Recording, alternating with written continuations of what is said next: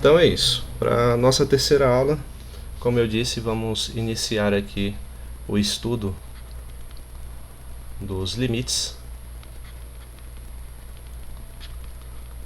e continuidade, né? Só que no nosso contexto de funções de duas e três variáveis.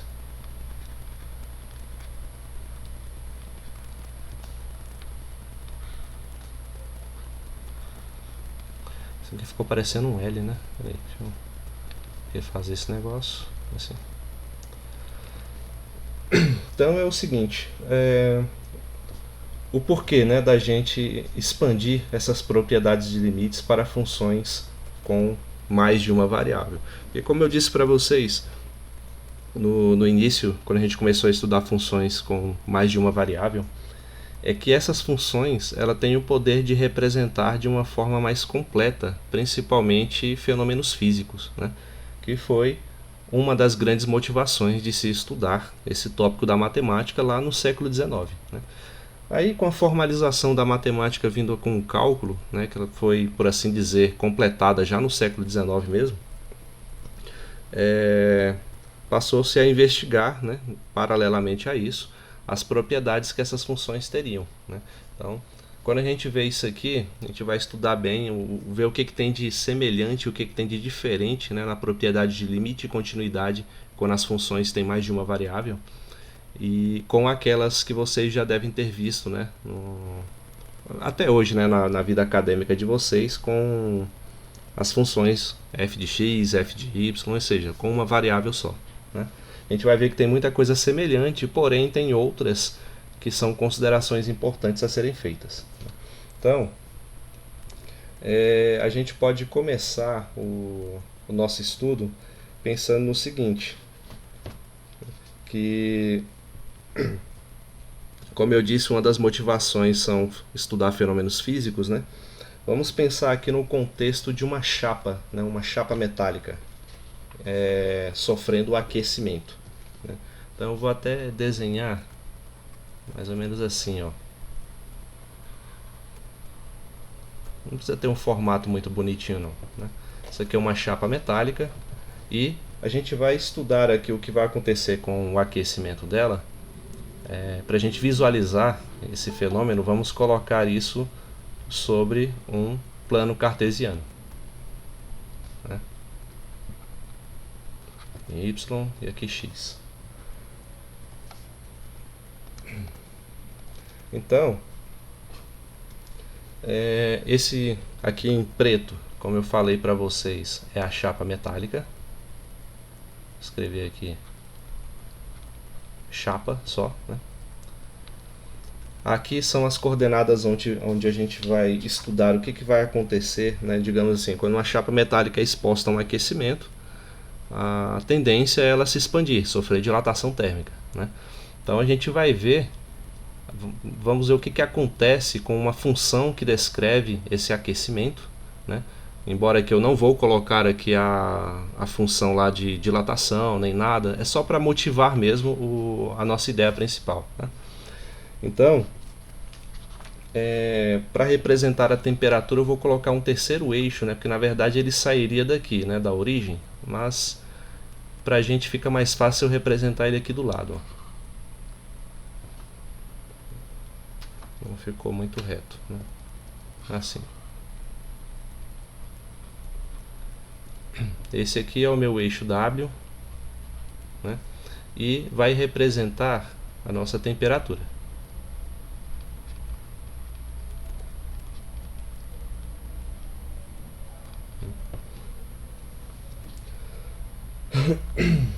Então, a ideia é fazer o seguinte. Então, a gente vai ter uma função f, né, em duas variáveis, onde o que nos interessa estudar são os valores dessa função quando x, as variáveis x e y varia, né, à medida que a gente tem também uma variação da temperatura. Né. Então, parece à primeira vista um problema intratável, mas ele é perfeitamente abordado, né, dentro da física, porque tem um tratamento matemático adequado. Então, como eu falei, não vamos ver em detalhes as propriedades físicas, nem nada, porque não é o foco, né? Mas só o que de interesse tem nisso aí no conceito de limite, né?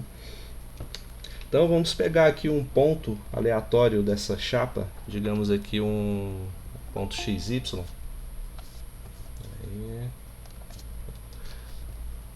Vamos pegar aqui um ponto interior, né? Pode ser aqui. Esse ponto tem coordenadas x e y, né? Tem aqui uma abscissa representada pelo eixo x e outra ordenada representada pelo y, né? Então, cada ponto dessa chapa corresponde a uma temperatura f de xy. Tem uma função que representa essa temperatura, né? Então, vou fazer aqui uma setinha que para esse ponto aqui tem um valor de uma função correspondente a ele. Então, marcar aqui assim. Vou chamar aqui esse ponto de f de xy. Certo? Então, quando a gente pode entender esse ponto se movendo nessa chapa, para de chegar a gente aqui, calma aí. Então, a gente pode entender esse ponto se movendo na chapa, né, como sendo um representante do aumento ou da redução da temperatura, né? Como assim um ponto se movendo? Porque, por exemplo, se esse ponto ele se encontrasse aqui, ele já teria um outro par ordenado, xy, né? E, portanto, teria um outro valor de temperatura associado a ele, que seria maior ou menor do que esse que a gente marcou inicialmente, tá? Então, você pode entender esse ponto como uma entidade dinâmica, né, por toda essa extensão aqui da nossa chapa metálica, né? Então, como eu disse, esse valor aqui da função f de xy ele vai se mover numa direção positiva ou negativa. Vamos entender aqui positivo para cima e negativo para baixo, né? Dependendo de como esse ponto se desloca no interior da chapa. Então, se essa temperatura f de xy ela se aproximar de um valor fixo L, né, que a gente pode... Vou colocar aqui de preto mesmo. Assim, ó. Se ela se aproximar de um valor que eu estabeleço, um valor fixo L, né, quando o x e o y se aproximam de um ponto fixo AB, né, então eu vou colocar aqui esse ponto, bem próximo de xy. Né, ponto de coordenadas A e B. Né.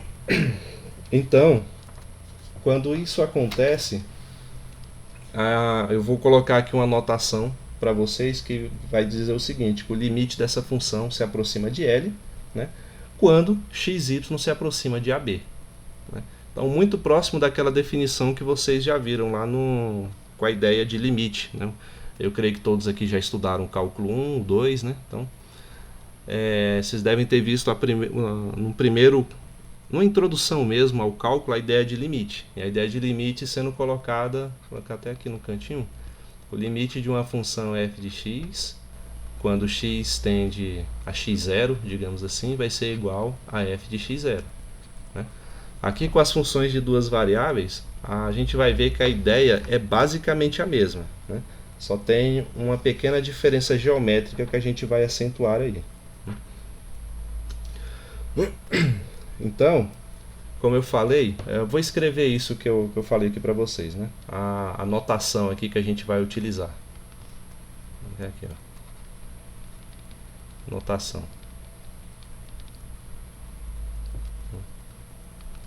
Diz assim, que o limite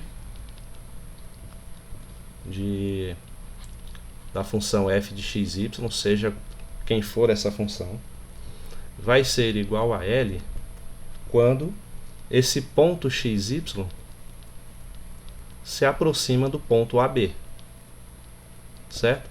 Porque assim como para o ponto xy eu tenho uma função f de xy estabelecida, né, representando a temperatura, para o ponto AB eu tenho um valor prefixado L, que também representa o valor da temperatura nesse ponto AB, certo?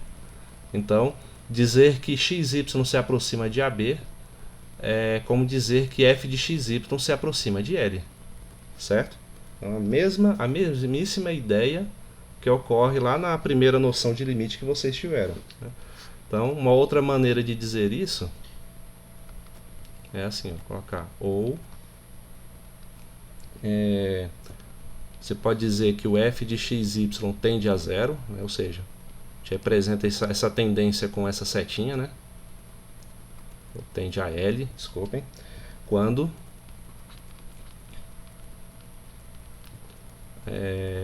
o ponto xy tende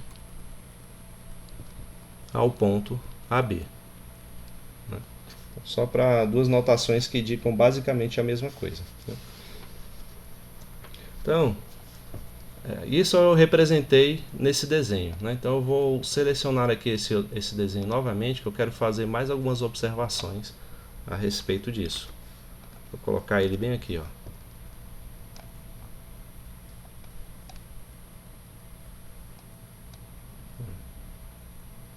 Aqui, pronto. Então, para dar um pouco mais de formalidade ao que a gente falou, convém escrever dessa seguinte forma, né? Por exemplo,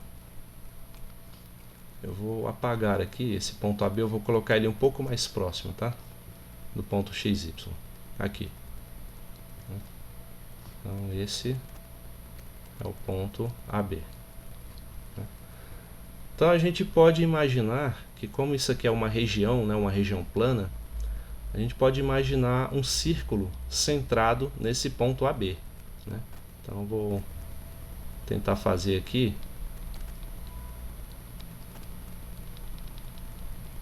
um círculo centrado em AB. Tá? Então, como ele é centrado em AB, significa que ele tem um raio. A distância do ponto AB a qualquer parte dessa circunferência é sempre a mesma, né? E esse ponto XY está dentro desse círculo também, só não é o centro, ok? Então, o que eu quero é relacionar essa região aqui, que engloba, tem o AB como centro e que engloba o ponto XY, com um intervalo pré-fixado aqui de temperatura. Eu vou fazer assim, vou colocar, deixa eu ver, um intervalo mais ou menos desse tamanho aqui, ó. Aqui. Tendo L como centro, né? E englobando o f de xy. Tá? Acho que alguns de vocês já devem ter entendido a ligação, né? Que a ideia que isso tem com a definição formal de limite, né? Não sei, mas se não, vamos tentar visualizar isso aqui agora. Meu Deus, que calor. Então, como eu disse, para dar uma precisão matemática a isso que a gente começou a esboçar aqui nesse desenho em cima, a gente vai começar a usar aí um tratamento mais analítico a esse problema, né? Vamos admitir que existe um valor epsilon arbitrário, né? Que é esse comprimento aqui, ó, tá? Esse comprimento aqui é epsilon, e como o L está centrado, né, nesse raio, como L é o centro, então esse comprimento aqui de baixo também vale epsilon, certo? Então, se esse comprimento vale epsilon e esse ponto aqui vale L, esse outro ponto aqui que é o limite vai ser L mais epsilon, né? E esse outro ponto aqui de baixo é L menos epsilon, certo? Então, pegando, só deixando claro, né, que o epsilon é maior do que zero, tá? Deixando claro então que esse intervalo aqui é o que a gente chama lá, como você vê as primeiras noções lá de limite, de intervalo aberto, né? Aí você vai ter esse intervalo aqui, ó, L mais epsilon e L menos epsilon, tá? E esse intervalo, como eu mostrei aqui para vocês, ele pertence a esse eixo W, que representa a nossa variação de temperatura, né?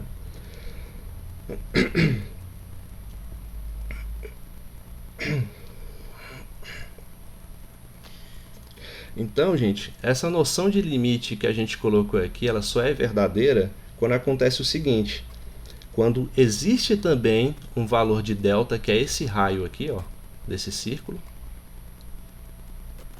delta maior do que zero, tá? Tal que para cada ponto xy que pertença a esse, que esteja aqui no interior desse círculo, né? Ó, como exemplo, esse ponto que a gente escolheu de início, mas poderia ser qualquer outro ponto que esteja aqui dentro, né? Então essa definição só é verdadeira se existe um delta maior do que zero, tal que para qualquer ponto xy interior ao círculo de raio delta, centrado em AB, né? Exceto, a gente vai ver alguns casos em que o AB está fora da discussão, mas enfim. Exceto possivelmente para o próprio ponto AB, o valor de f de xy também vai estar dentro desse intervalo que eu estabeleci aqui, ó, dentro desse intervalo L mais epsilon, L menos epsilon, certo? Então, o que eu quero indicar para vocês é o seguinte, falando aqui novamente, não sei se todos conseguiram abstrair legal, né? Eu escolhi um ponto aleatório AB, né? Tracei um círculo aqui em volta de um comprimento delta maior do que zero. Esse comprimento ele pode ser tão pequeno quanto você queira, tá? Só não pode ser zero, porque aí você não tem círculo nenhum, certo? Então, um comprimento tão pequeno quanto você queira, com a única restrição de que ele tem que ser maior do que zero. É o raio desse círculo aqui. Então, todo ponto xy que eu escolha dentro desse círculo aqui, ele vai ter uma imagem dentro desse intervalo que a gente prefixou, L mais epsilon e L menos epsilon, onde epsilon também é uma grandeza infinitesimalmente pequena, certo? Então essa definição de limite vai acontecer quando essa condição estiver correta. Se você tiver algum ponto daqui de dentro cuja imagem esteja fora desse intervalo, digamos bem aqui, ó, você vai ter o f de x1, y1, né, para o ponto x1, y1. Então, se você tiver um ponto aqui dentro cuja imagem está fora desse intervalo, o seu limite ele não está definido dentro desse intervalo. Ok? A função ela não tem um limite definido nesse intervalo, né? Então, não sei se vocês conseguiram abstrair, entender legal com esse exemplo, tá? Alguma dúvida até agora? Pode falar. Não? Então vamos continuar, tá?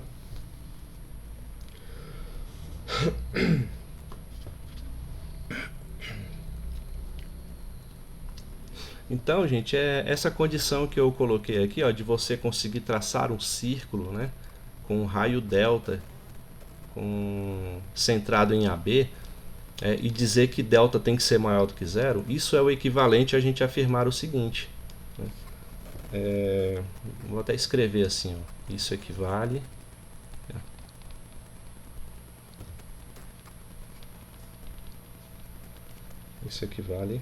à seguinte afirmação.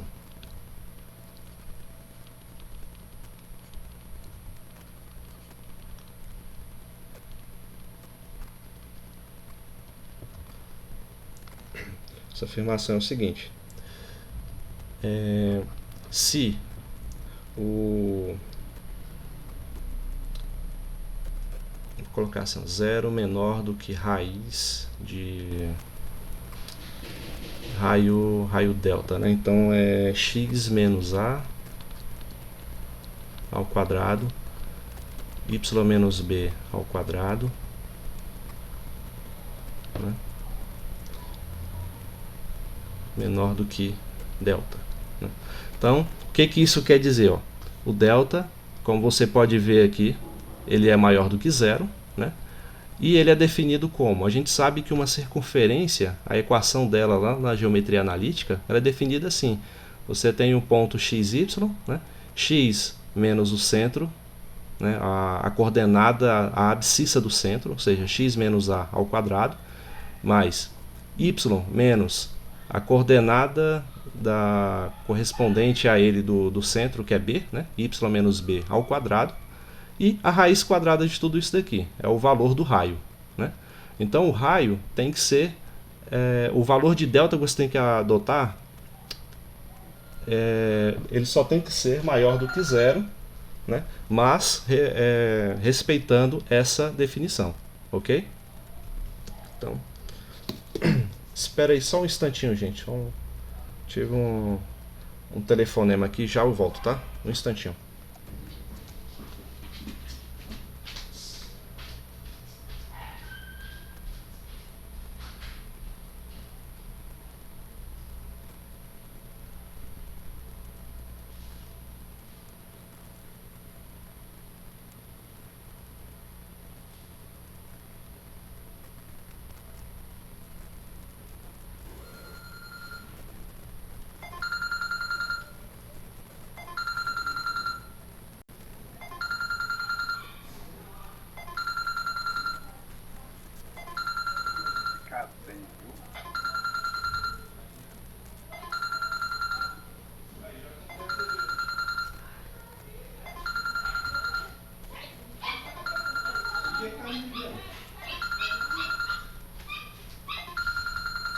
É tu sim.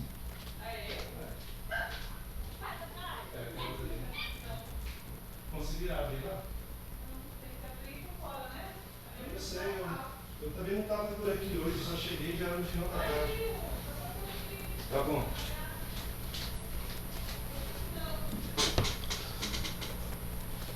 Opa, desculpa aí, pessoal. Então é o seguinte, voltando, né? Tentando colocar em termos matemáticos essa representação geométrica que eu fiz aqui para vocês, né? Como eu disse, o delta tem que ser maior do que zero e o delta corresponde ao raio desse círculo centrado em AB, né? Lá na geometria analítica a gente viu que o raio de um círculo, né, ele pode ser dado assim, ó, se delta é o valor do raio ao quadrado vai ser x menos a ao quadrado mais y menos b ao quadrado, onde a e b são as coordenadas do centro e x e y são valores aqui, ó, do contorno, né, dessa circunferência, certo? Então, se eu quero o valor de delta, eu vou passar esse quadrado como raiz para o outro lado e vou ter esse valor que eu coloquei aqui para vocês, né? E, respeitando a restrição do desenho que eu fiz acima, esse delta tem que ser maior do que zero. Então, isso daqui tem que ser maior do que zero, ok? Então, é só para poder formalizar aí em termos matemáticos isso que eu coloquei no desenho aqui para vocês. Então, se você tem um valor de delta que corresponde a essa definição, então, né, como todos os pontos pertencentes a esse círculo tem que ter uma imagem pertencente a esse intervalo, então você vai dizer assim, ó, aqui eu tenho valores prefixados, um valor prefixado de L, né, e o intervalo epsilon, acima e abaixo.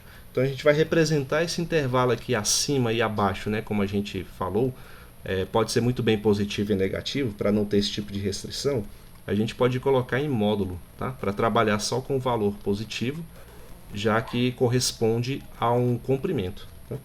Então, f de x, y, menos o valor de L ser menor do que epsilon. Tá? Vocês entenderam essa representação aqui algébrica desse desenho? Né?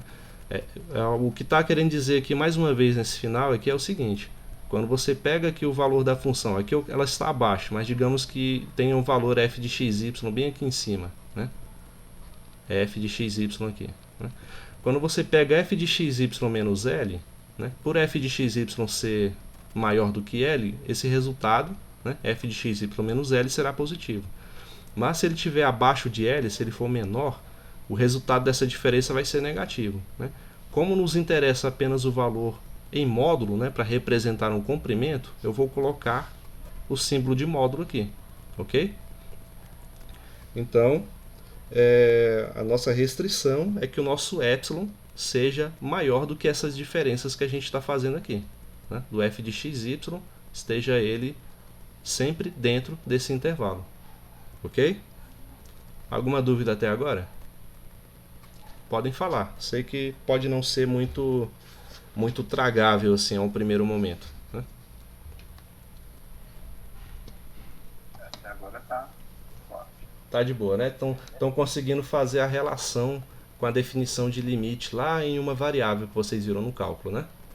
Você, é claro que eu estou pegando um pouquinho mais para análise porque não tem como, né, passar dessa parte sem fazer esse tratamento um pouco mais analítico, né?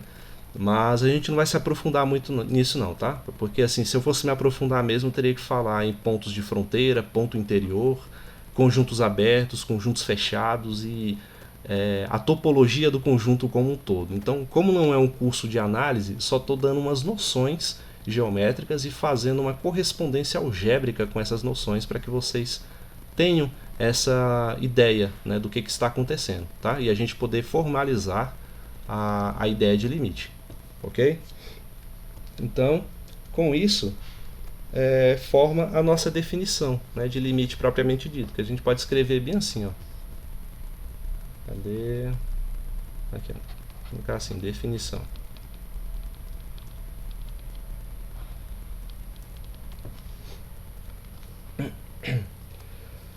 É, seja f de x, y definida em todo o interior desse círculo centrado em AB. Opa. Definida em todo o interior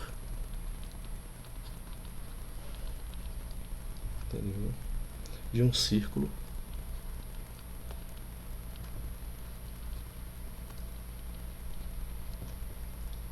com centro AB.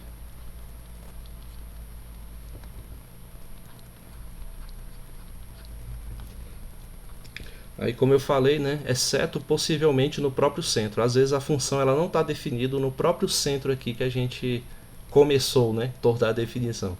Pode parecer um tanto paradoxal, mas a gente vai ver uns exemplos disso, né? Exceto possivelmente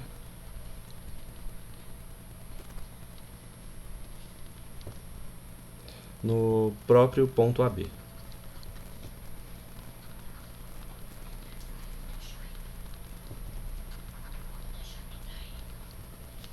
Acho que vou deixar tudo aí. Então, estabelecendo isso, a gente pode afirmar Deixa que... de ser um círculo, né? Oi? Deixa eu escrever ali, ó.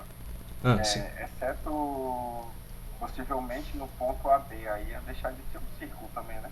Não, não, não. Eu falo, a ideia é o seguinte: a função está definida em todos os pontos dentro desse círculo, né? A ideia do círculo centrado em AB é uma abstração, tá? É um ponto de partida, né? Aí eu vou dizer que todos os pontos todos os pontos dentro desse círculo estão definidos, ou seja, eles têm uma imagem dentro desse intervalo de comprimento epsilon, né?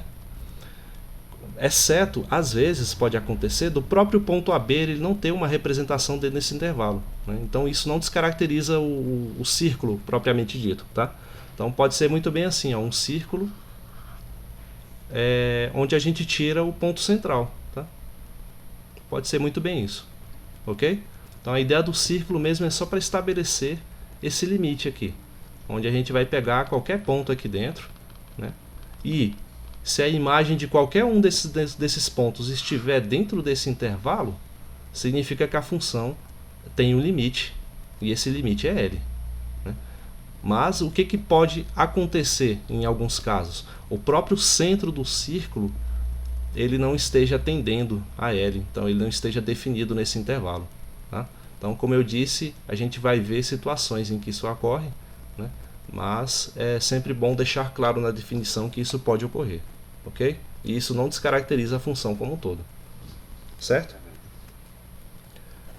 Então, o limite de f de xy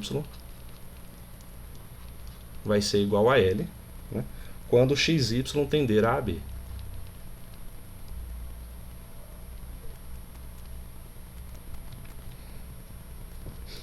significa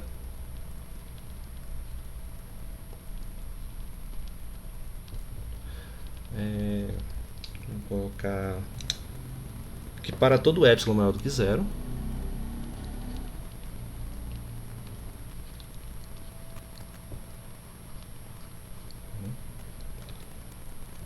existe um valor de delta. Vou colocar só um delta mesmo. Também maior do que zero, tal que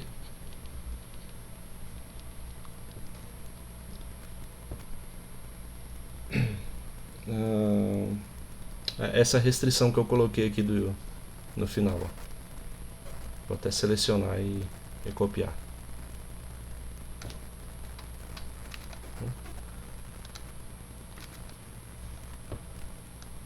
Então, fica aí a nossa definição de limite. Tá? Mas, como eu falei, isso é só uma definição, vai ficar mais claro à medida que a gente ver alguns exemplos. Tá? Mas, antes de ver exemplos, só vou pautar aqui algumas propriedades. São poucas, tá? São só 3. Para vocês verem que existe uma similaridade maior do que se pensa entre as funções, pelo menos o limite, né, de funções de uma variável e as de duas variáveis. Né? Então, se você pegar aqui, ó, pega duas funções, f de xy e g de xy. Né?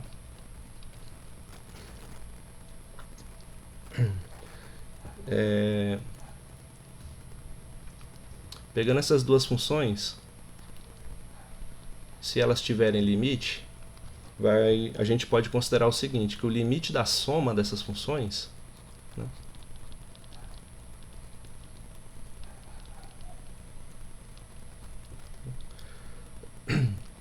vai ser igual à soma dos limites.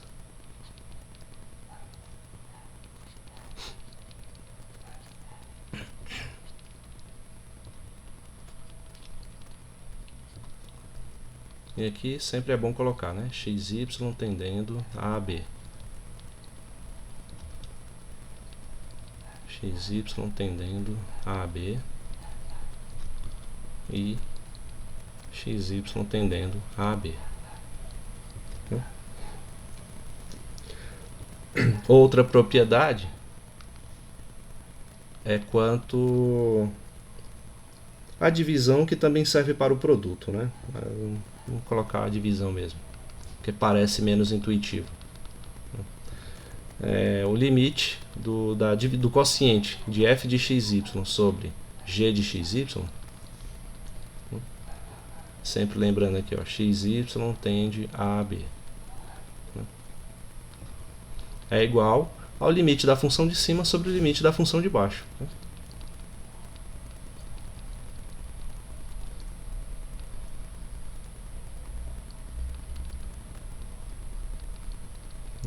Então aqui fica claro que é de xy tendendo a AB, tá, gente? Só não vou colocar porque não tem espaço, ok? Só não sei nesse daqui. Mas enfim. Só para mostrar que isso é verdade, é claro, né, que se o limite de g de xy for diferente de zero, né?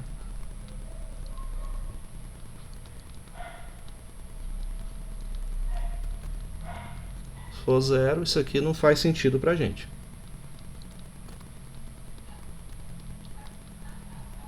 E a última propriedade é no que se refere ao limite da raiz quadrada, que também pode ser aplicada à potência, né? Já que a raiz nada mais é do que a potência quando o seu valor é meio. Né? E também vale para raízes de qualquer índice. Né? Então, o limite da raiz quadrada de f de xy,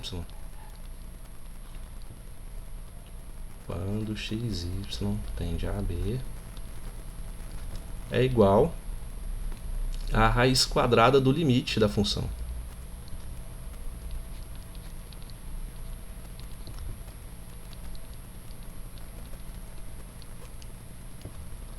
Aqui.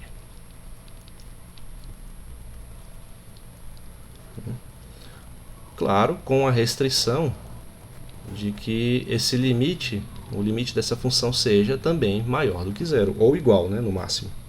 Mas o limite do f de x, y seja maior ou igual a zero, né? Pois senão vai ter raiz de número negativo, então, como a gente está trabalhando com conjuntos reais, a coisa perde significado, né? Certo?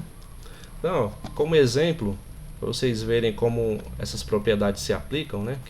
São exatamente o mesmo conjunto de propriedades lá das funções, do limite de funções de uma variável. Então, só para ficar muito claro de que se aplica da mesma maneira, pelo menos para alguns exemplos mais triviais, a gente pode pegar assim, ó, limite do polinômio x ao cubo menos 4xy² mais 5y menos 7. Quando o ponto xy que a gente está considerando tende para 2 e menos 3. Então, o que significa? Onde eu tiver x na função, eu vou substituir por 2, né?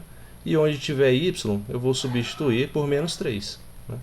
Aí, ó, x é 2, né? Então vai ser 2 ao cubo menos 4 vezes 2 vezes y. Y é menos 3. Menos 3 ao quadrado mais 5 vezes y. 5 vezes menos 3. E o menos 7 bem aqui no final. Quase não cabe, né? Mas enfim. Resultado disso é 8. Menos 8 vezes 3 dá 24. Menos 5 vezes 3 dá 15. Menos 7. Né? Que é... Cadê? 8 menos 7 dá 1. 24 menos 15 dá menos 39. Então fica menos 38. Né? Acertei a conta aí, gente? Professor? Sim. Não seria 9, não? 9 vezes 8? É verdade, desculpem. Eu não elevei ao quadrado aqui, né? Isso mesmo. Obrigado aí pela observação. Você vê, eu não perco o hábito, né, de cometer esses erros mais elementares. Eu faço isso também de vez em quando. Então, é nóis. Vamos reescrever aqui. Igual, aqui dá 8, menos 8, e aqui dá 9, 8 vezes 9, 72, né? 5 vezes 3 dá menos 15.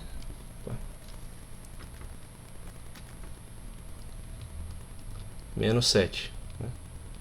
Quanto dá isso aí, gente? Dá 1, 72 menos 15 dá menos 87, menos 86, né?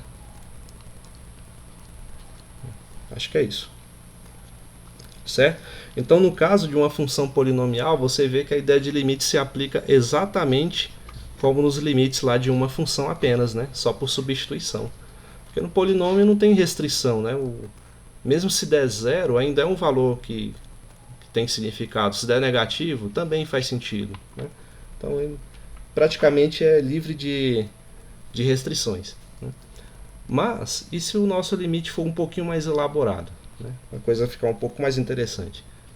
Calcular o limite de x ao quadrado menos y ao quadrado dividido pela raiz de x ao quadrado mais y ao quadrado. Quando o xy tende, vamos começar devagar, né, com o par ordenado 3, 4. Né? Então, nesse caso, como a gente viu,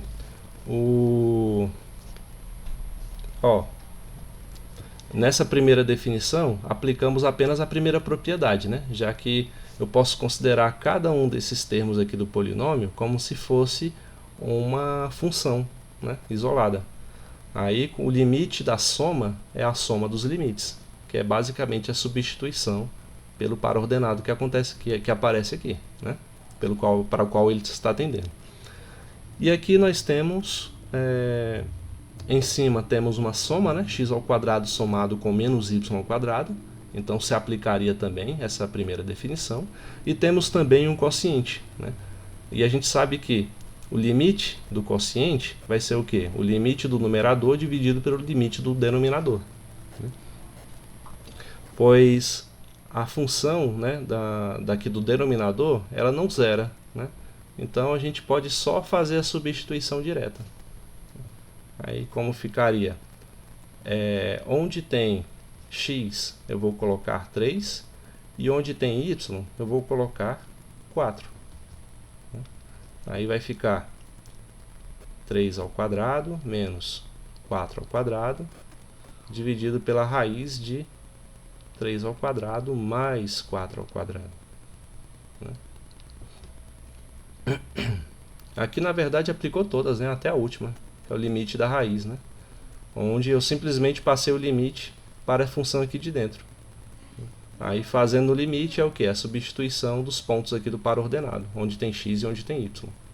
Então 3 ao quadrado menos 4 ao quadrado é 9 menos 16, né? Que é menos 7. E 3 ao quadrado mais 4 ao quadrado dá 9 mais 16 dá 25. E raiz de 25 é 5. Aí o resultado desse limite é 7 sobre 5, né? Então, vocês viram que por enquanto a coisa está simples, né?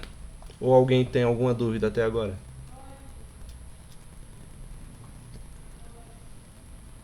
Beleza. Então vamos complicar um pouquinho, né? Para ficar interessante. Aqui um outro exemplo dessas situações que eu acho mais legais, assim. Esse exemplo consiste no seguinte: vamos mostrar, mostre que o limite de x ao quadrado menos y ao quadrado, que é a mesma função que eu tinha aqui, só que sem a raiz, né, dividido por x ao quadrado mais y ao quadrado, ele não existe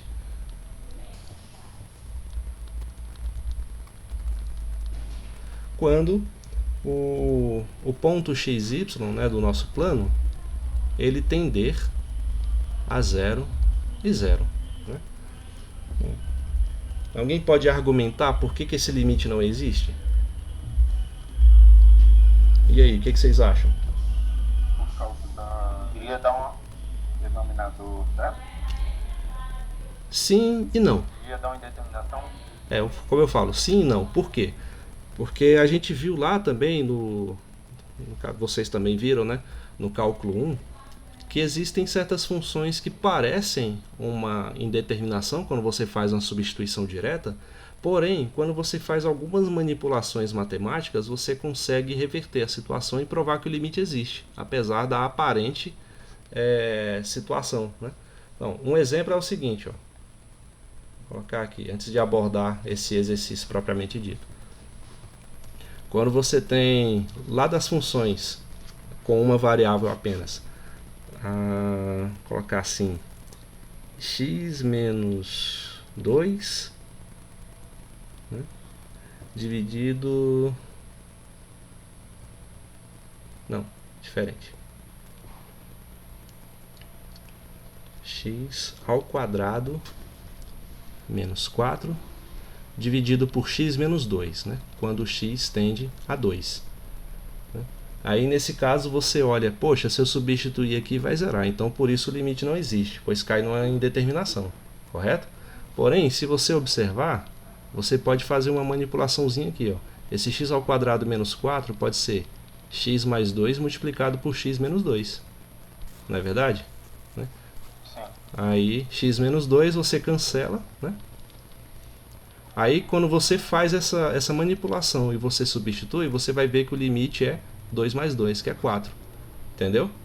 Então é por isso que você não pode simplesmente observar a substituição imediata para argumentar que isso é fato suficiente para mostrar que o limite não existe. A gente acabou de ver aqui um exemplo bem elementar em um caso semelhante em que o limite existe.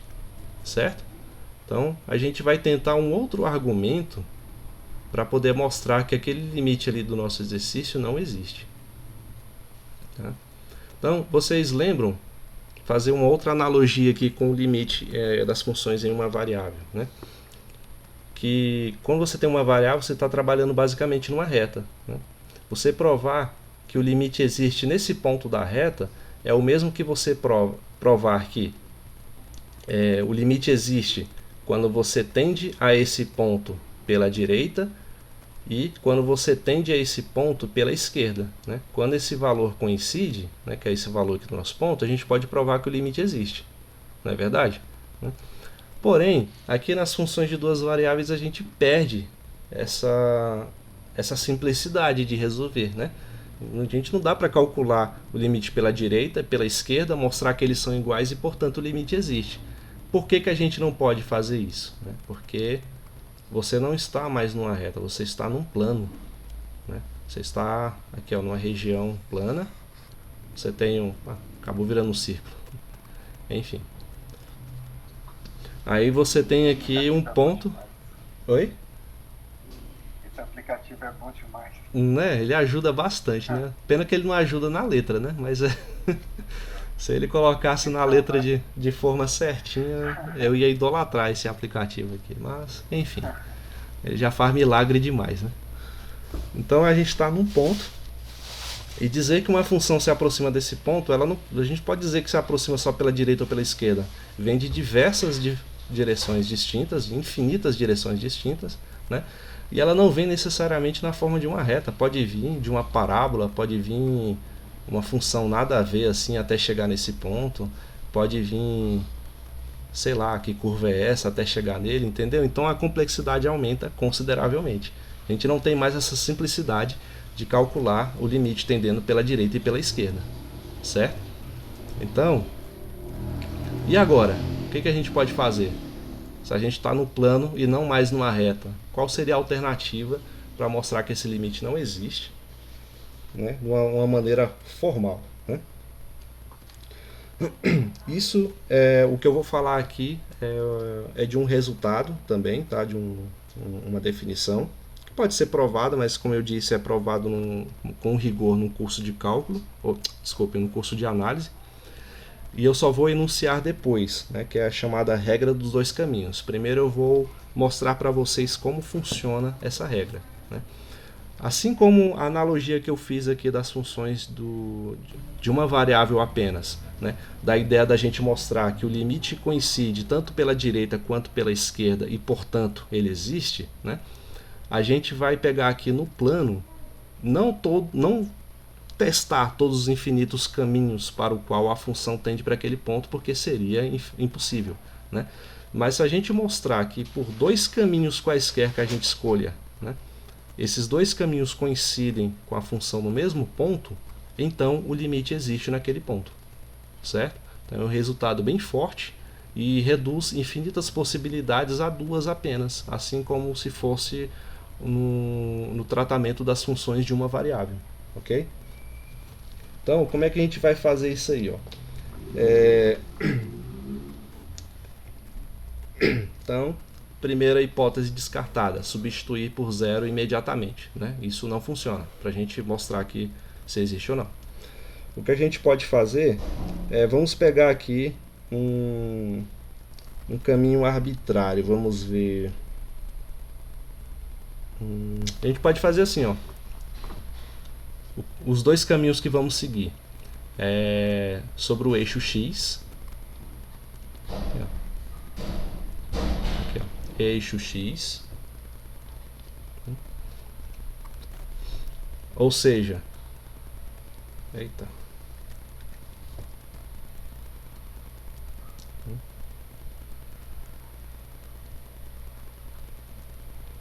A minha função, seja qual for a forma desse negócio aqui, ele está num plano, né? Posso representá-la como uma função nesse plano. Mas eu só estou representando aqui não para desenhar a função em si, mas para mostrar que o caminho que eu vou tomar é esse aqui, ó.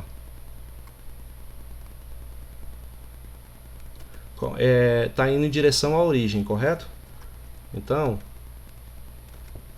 deve ter um dos caminhos possíveis dessa função em que passa exatamente sobre o eixo X, tendendo a zero. Eu vou colocar aqui esse caminho. Ih, não ficou reto não. De novo.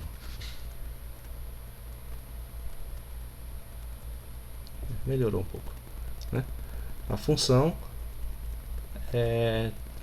que passa sobre o eixo x, né, de algum ponto qualquer que seja desse plano aí que esteja pertencente ao intervalo dessa função, tendendo à origem. Nossa origem aqui, 0, 0. Né? Então, seja qual for esse ponto que eu estou fazendo aqui tendendo para a origem, eu posso dizer uma coisa sobre ele. Ó. Ele está sobre o eixo x e a ordenada dele é qual? Quanto vale em y nesse ponto aqui? 0. Né? Então tem um ponto aí que ele está sobre o x, não importa qual seja o valor de x, mas que o y eu posso afirmar que é 0. Então é isso que eu vou fazer, eu vou considerar um ponto P de entradas x e 0, que é um caminho possível, né, que eu posso escolher para poder fazer essa nossa análise. Aí o nosso limite vai ficar assim, ó, quando... Vou até deixar bem claro aqui, ó, que esse é o valor de y, tá? O nosso limite vai se reduzir ao seguinte problema, ao limite de x ao quadrado, lembrando que a gente não sabe o valor de x, y ao quadrado, y a gente sabe que é 0, então vai ficar aqui, ó, 0 ao quadrado, né? Sobre x ao quadrado mais 0 ao quadrado, né? Quando o ponto xy tende ao ponto x, opa, 0.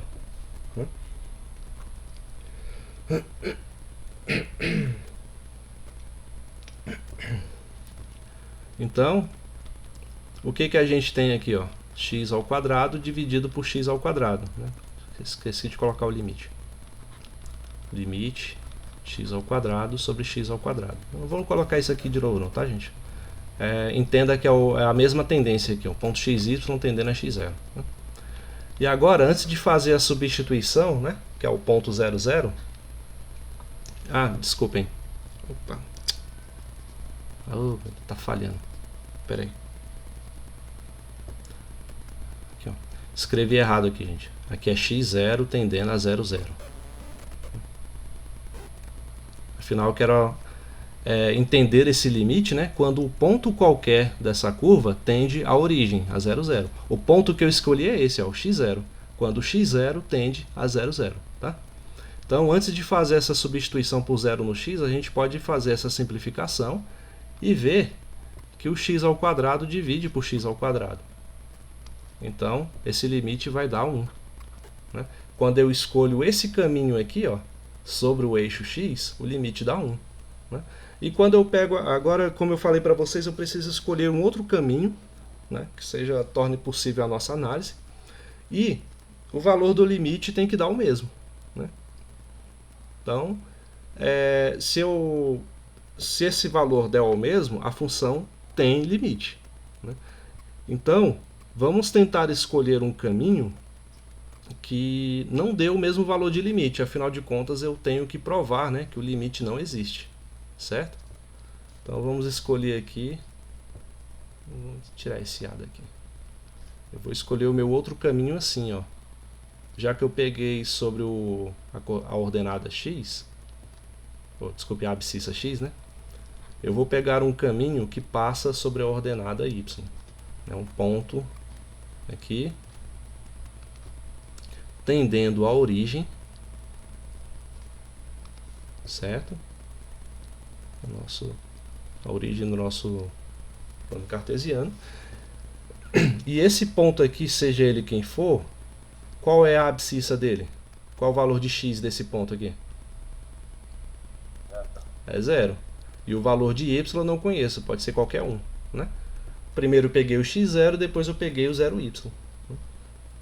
Então, o nosso ponto Q a ser considerado aqui é o ponto 0y. Onde, mais uma vez, esse 0 corresponde ao valor de x. Aí vamos tratar o nosso limite novamente. Ó. Limite x ao quadrado menos... de 0 ao quadrado menos y ao quadrado, né, sobre 0 ao quadrado mais y ao quadrado. Quando o meu ponto 0, y, tende à origem, que é 0, 0. O que isso vai resultar para a gente? O limite de menos com mais é menos, y ao quadrado sobre y ao quadrado. Quando 0, y tende a 0, 0. Novamente fazendo a divisão antes de substituir, né, que dá para fazer isso, eu vou ter y ao quadrado dividido por ele mesmo é 1, com esse menos da frente é menos 1. Né? Ou seja, como eu disse para vocês, quando eu escolho dois caminhos que têm valores de limites distintos, significa então que a função, o limite dessa função não existe. Certo? Todos entenderam a ideia? Sim? Sim. Então isso pode ser sintetizado nesse enunciado aqui que eu vou colocar, ó, que é a chamada regra dos dois caminhos. Opa.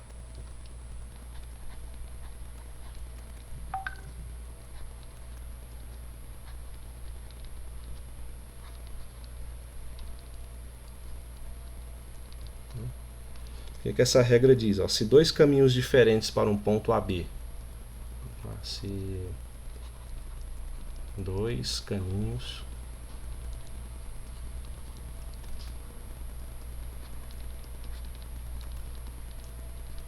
diferentes para um ponto AB,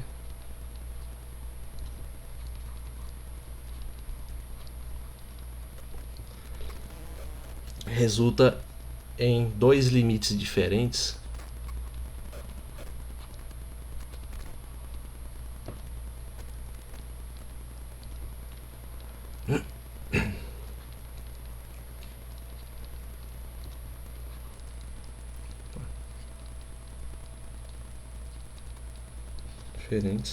então o limite da função não existe, como a gente acabou de ver ali. Então, o limite do f de x, y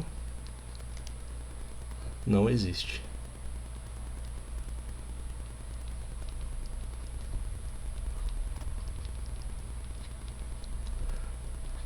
Quando o ponto x, y tende a AB. Certo?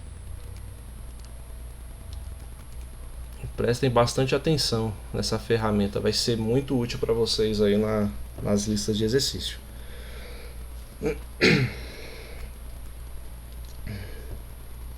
Aí a gente poderia ter escolhido vários outros caminhos diferentes, tá? Não é necessariamente esses aí que eu escolhi não, tá? Vou até pegar um outro exemplo aqui para deixar isso claro, que é... Deixa eu ver, eu tinha feito aqui... Ah, sim. Achei.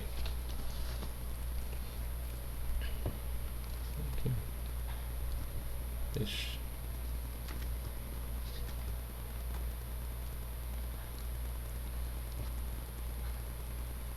Aqui.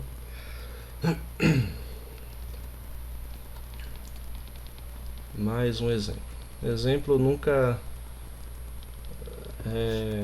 é o bastante, né? É sempre bom ver as mais diversas situações distintas acontecendo, né?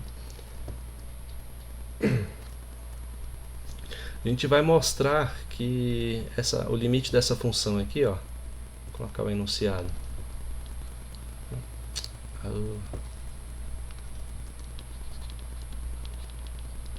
Mostre que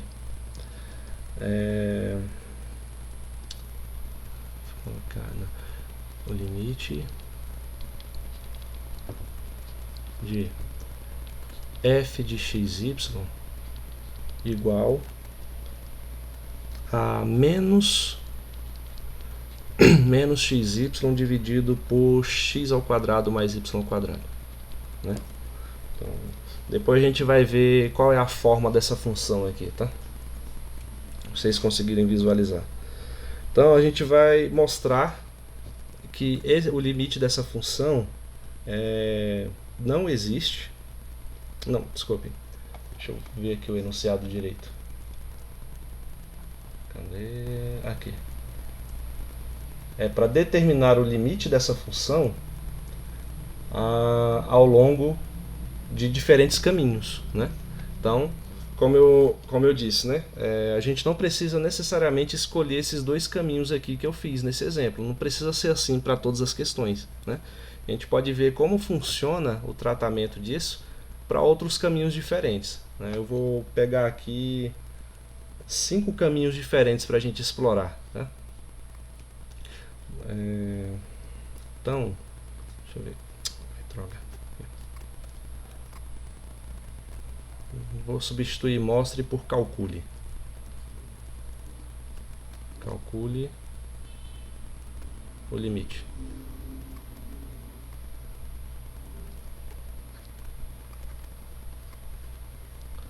Dessa função ao longo dos seguintes caminhos.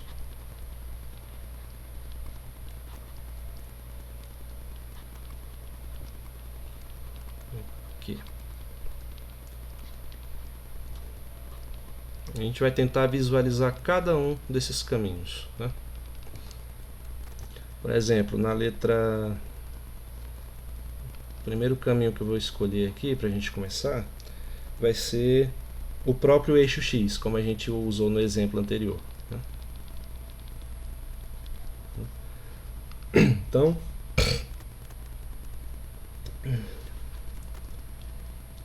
como eu posso visualizar o limite dessa função sobre o eixo X?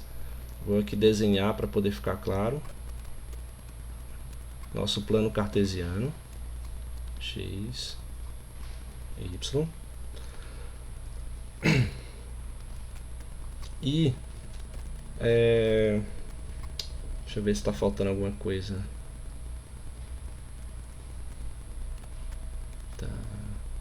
Tá. Faltou uma coisinha aqui no enunciado, né? Quando... Se é limite, né? Limite para onde, né? A gente tem que perguntar. Quando o xy tende a zero, né?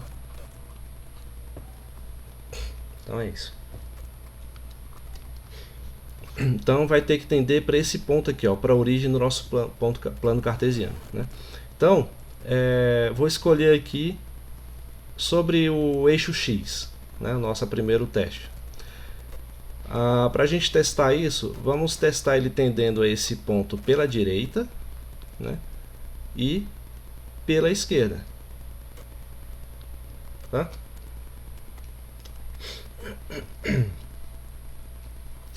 Em ambos os casos, o que a gente tem é o valor de y igual a zero, porque a gente está sobre o eixo x, certo? Então, a gente pode calcular esse limite da seguinte forma: o limite de f de xy com xy tendendo a 0, 0, né? Mas a gente vai considerar o valor de y0 na função, né? Então isso vai ser o limite de menos x vezes 0 dividido por x ao quadrado mais 0 ao quadrado, né? xy tendendo...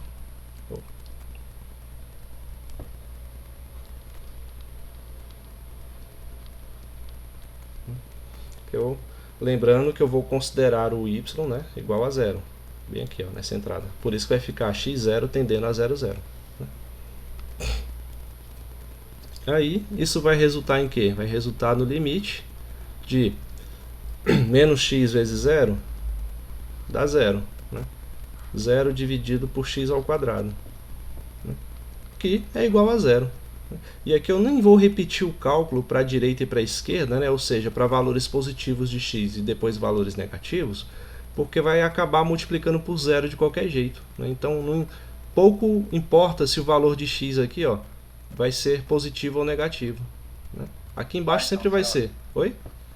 Então, assim, da esquerda para a direita ali, o x ia multiplicar por menos, ia ficar menos x. Então. Exatamente. Aí ficaria aqui x positivo multiplicado por 0, né? Dividido por x ao quadrado mais 0. Ia dar 0 do mesmo jeito. Então esse é um caso em que não alteraria tanto o valor, né? Então a outra situação é calcular o limite da função ao longo do caminho, deixa eu ver aqui, o eixo y.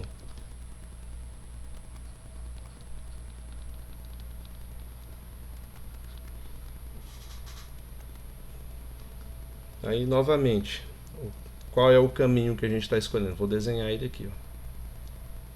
Aqui. Ele está tendendo a zero sobre o eixo y, então ele vai vir para zero aqui de cima e vai vir para zero aqui de baixo. Valores positivos de y e valores negativos de y. Certo? Em ambos os casos, o valor de x é quanto?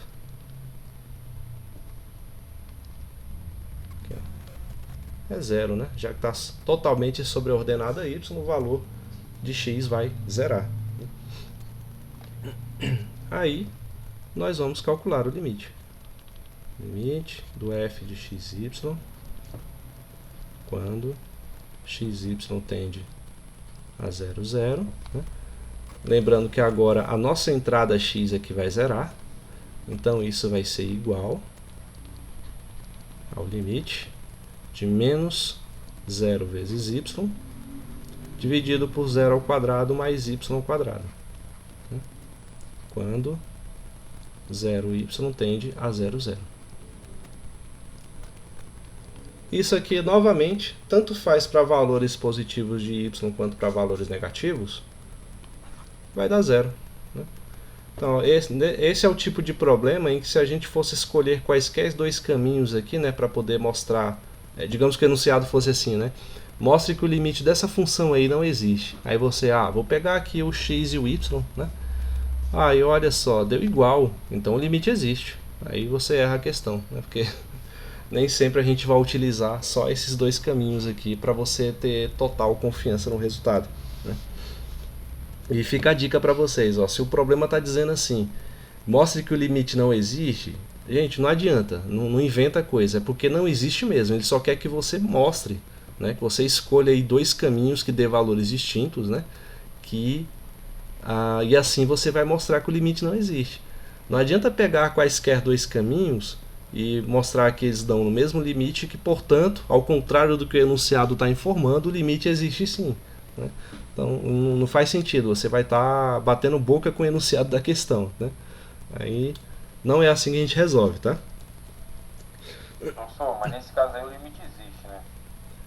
Será?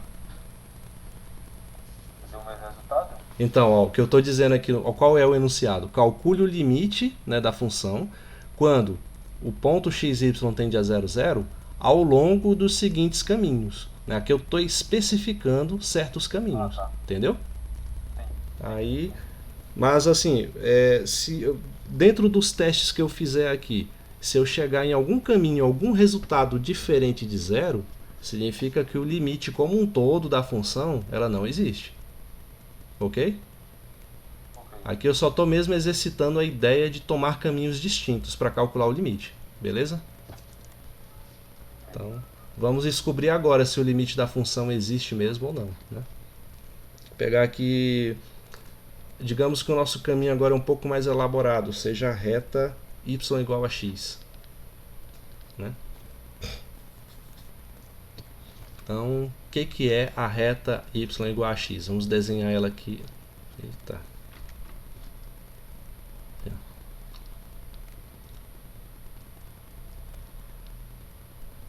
X, y. Né?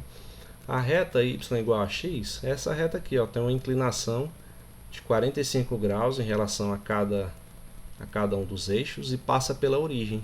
Né? Essa é a nossa reta y igual a x. Né? E como que a gente vai calcular o limite ao longo desse caminho? A gente quer saber qual é a aproximação da origem aqui, ó, para valores positivos e para valores negativos. Me dá uma visão mais ampla do que está acontecendo. Né?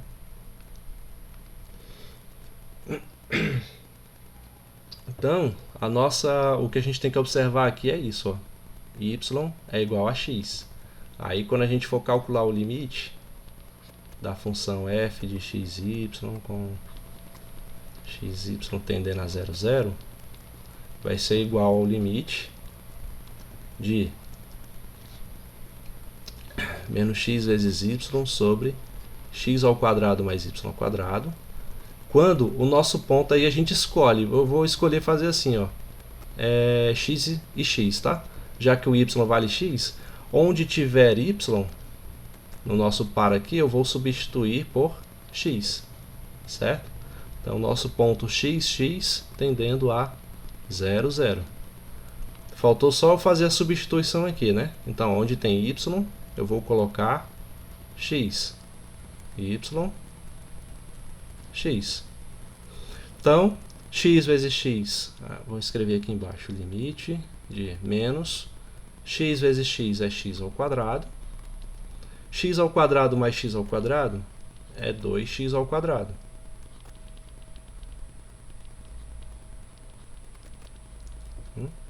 Igual x ao quadrado por x ao quadrado dá menos 1 sobre 2.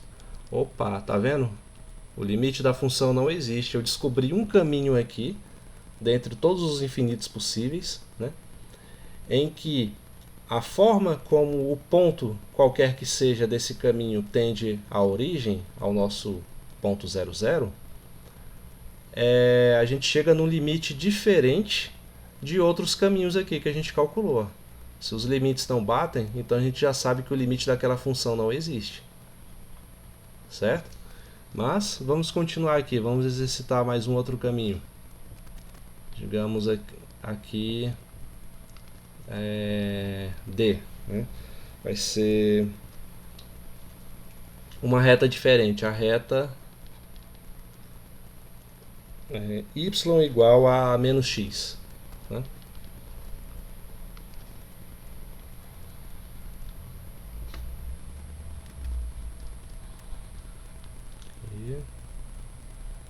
E aqui.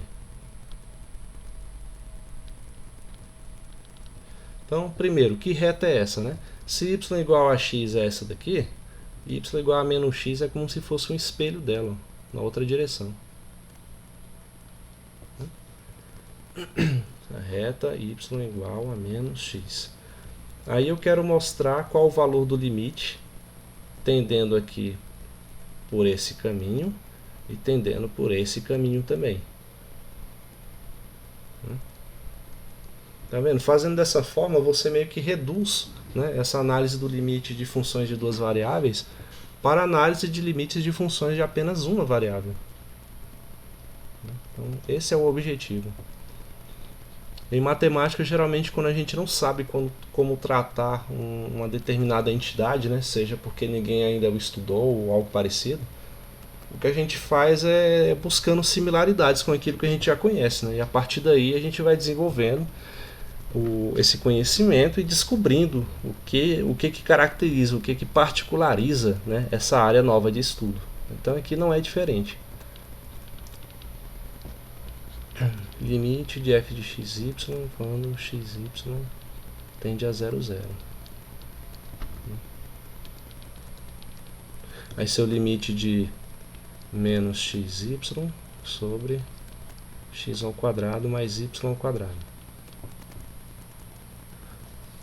Com a diferença de que onde tiver y eu vou colocar menos x, ó. Aqui vai virar menos x. Então vai ser quando x e menos x tender a 0, 0. Aí o limite vai ficar assim, ó. Menos x, no lugar do y eu vou colocar menos x, né, dividido por x ao quadrado mais o menos x ao quadrado.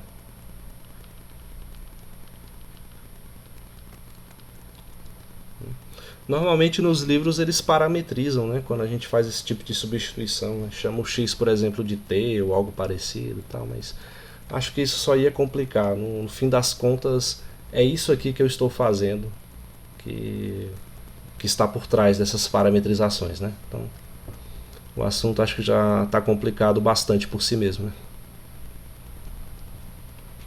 Aí vai ficar o limite, menos e menos é mais, x vezes x, x ao quadrado. E aqui, quando eleva ao quadrado vai ficar positivo, 2x ao quadrado, né? Aí novamente a gente vai cancelar um pelo outro, né? E, fim das contas, o limite da nossa função lá, f de xy, vai dar 1 sobre 2, quando a gente pega esse caminho aqui, ó, x e menos x, tendendo a 0, 0. Certo? Então já é outro valor diferente, ó. A gente já conseguiu 4 caminhos e com 3 valores de limite diferente, né? Mais um argumento aí para a não existência de limite da função. E por último, vamos pegar algo aqui um pouco mais elaborado. Em vez de reta, vou considerar aqui a parábola, né? Digamos que o caminho que esse ponto está seguindo, né, para tender até a origem, forma uma parábola. Da forma, pelo menos uma mais simples, y igual a x ao quadrado. Aí, vamos aqui desenhar. Não perder o hábito. Aí tá. A parábola x ao quadrado, ela tem concavidade voltada para baixo, né? Então,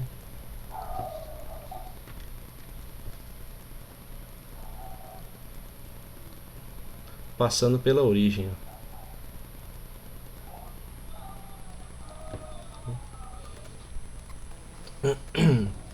Então esse é o nosso caminho. Aí a gente pode estudar, tem que chegar aqui nesse ponto, né? Aí a gente pode estudar ele vindo por esse caminho, por esse braço da parábola, né? Ou através do outro braço da parábola, né? Ficou praticamente uma reta aqui. Mas o fato é que a nossa substituição vai ser essa, ó. Onde tem y eu vou colocar x ao quadrado.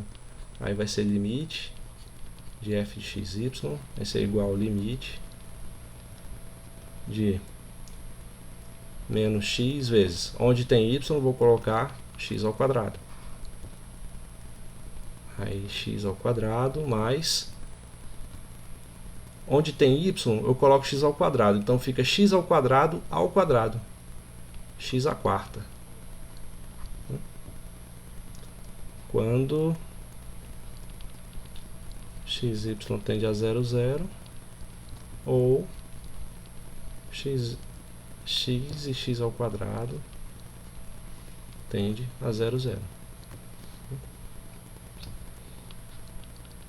Limite, aqui vai ficar menos x ao cubo, e aqui x ao quadrado mais x à quarta. Tá, não vou colocar nenhum ponto aqui.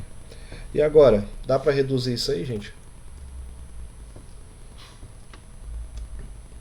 Repete tudo por x ao quadrado? Não. X ao quadrado? Acho que daria para fazer de uma forma mais simples, ó. Na verdade eu vou dividir por x ao cubo, em cima e embaixo. Olha só que vai chegar. Fazer assim. Limite de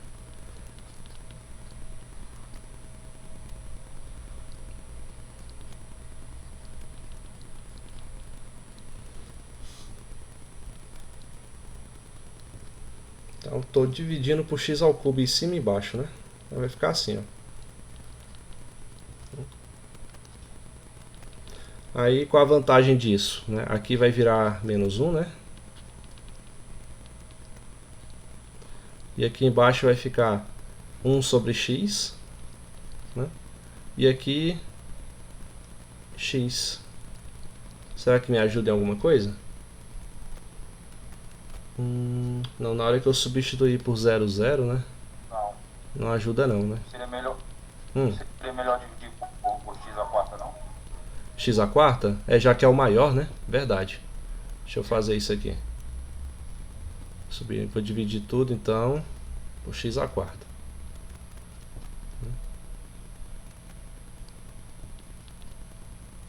do denominador ali ainda ia continuar no x ao quadrado, não? Esse aqui? Não. Não sei. A gente vai ter esses cancelamentos aqui, ó. A gente vai... Peraí, tirar esse aqui, menos. Esse termo de cima cancela, vai sobrar só um x embaixo. Aqui vai ficar 1 sobre x.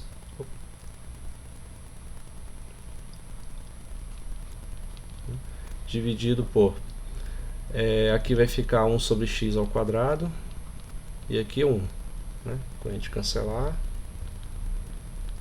E aqui cancela também. Né? Mas de qualquer forma está tendendo a zero, né? Aqui dá uma indeterminação. Aí teria que aplicar. Então, mas eu acho que se levasse ao quadrado, os dois denominadores de baixo ia sumir. Se levasse ao quadrado, multiplicasse pelo quadrado? Como assim? Porque os dois denominadores de baixo ali, ó, Uhum. tá elevado por um x ao quadrado. Então ia cancelar, né?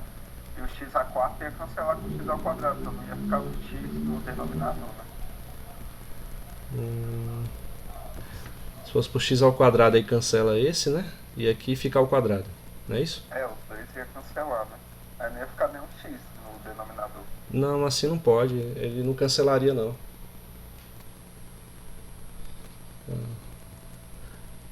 Assim não pode. Aí chega nisso, vamos ver. O que aqui a gente pode fazer é aplicar a regra de L'Hopital, né? Que é você derivar em cima e embaixo e ver no que chega. Aqui dá menos... Derivada de 1 sobre x, aí cancela com esse menos da frente, né? Aí vai ficar 1 sobre x ao quadrado. Né? E a derivada de x elevado a menos 2 vai ficar menos 2x a menos 3. Então, menos 2 sobre x ao cubo e só. Aí, divisão de frações vai ficar assim. Menos 1 sobre x ao quadrado multiplicado por x ao cubo sobre 2. Né? Então você tem o x... Aqui está dependendo só de x, né? Então vou colocar assim, ó, x tendendo a zero, tá? Então fica menos x ao cubo dividido por 2x ao quadrado. E ali, professor? Oi? Com um ali, ó. É porque a regra de L'Hopital é assim, a gente deriva o numerador, né? 1 é 0. Aí a derivada da constante é zero, aí sumiria, né? Entendeu? Aí sobe esse 3 aqui, desaparece, vai ficar como menos x sobre 2. Aí quando substituir por zero vai zerar, né? O resultado do limite. Vou colocar aqui, ó, limite. Portanto, limite de menos x sobre 2 com x tendendo a zero vai dar zero. Então, não é uma indeterminação não, dá zero, né? Só que eu sinceramente não gosto muito de usar a regra de L'Hopital, não. Sei que é uma mão na roda, tudo, mas eu prefiro pensar em algum jeito de manipulação algébrica, né? Como não conseguir, vai isso mesmo, né? Certo? Então aqui, ó, fizemos por 5 caminhos diferentes e encontramos 3 valores de limite distintos, né? Então ficou mais do que provado aí que a função não tem um limite. Certo? Vocês entenderam? Sim. Então, deixa eu ver aqui se tem mais alguma coisa. Eu falei da regra dos dois caminhos, né? O restante mesmo seria falar sobre um pouco mais de continuidade, né? Mas eu vou fazer assim. Eu vou finalizar a lista de exercício para postar para vocês e vocês tentarem resolver o quanto antes, né? Algumas questões e tudo. Aí na próxima aula, quando a gente for a aula de resolver alguns exercícios e tudo, eu começo falando de continuidade, porque não é muito longo, mas tem a ver com alguns exemplos que eu quero resolver para vocês, ok? são um pouco mais elaborados e tudo, tá? Aí vamos deixar essa parte para a próxima aula, né? E de limite, o que a gente vai ver de funções de duas variáveis é basicamente isso, tá, gente? Depois disso, vamos fazer exercícios e partir para o que interessa, que são as derivadas parciais, ok? Então, tentei aqui sintetizar o conteúdo o máximo possível para que não fique tão parecido como um curso de análise, mas que ao mesmo tempo dê a vocês as ferramentas necessárias para poder compreender o que vem depois aí pelo curso, certo? Alguma dúvida, algum comentário? Não. Não, né? Então, beleza. Então, daqui a pouco eu vou postar a aula lá no canal e mandar as anotações lá no grupo, tá? Então, sem mais nem menos. Sim, quanto à aula de álgebra linear, eu acho que na próxima aula, então, a gente para de onde continuou, tá? A aula passada, né? Para falar sobre subespaços vetoriais, beleza?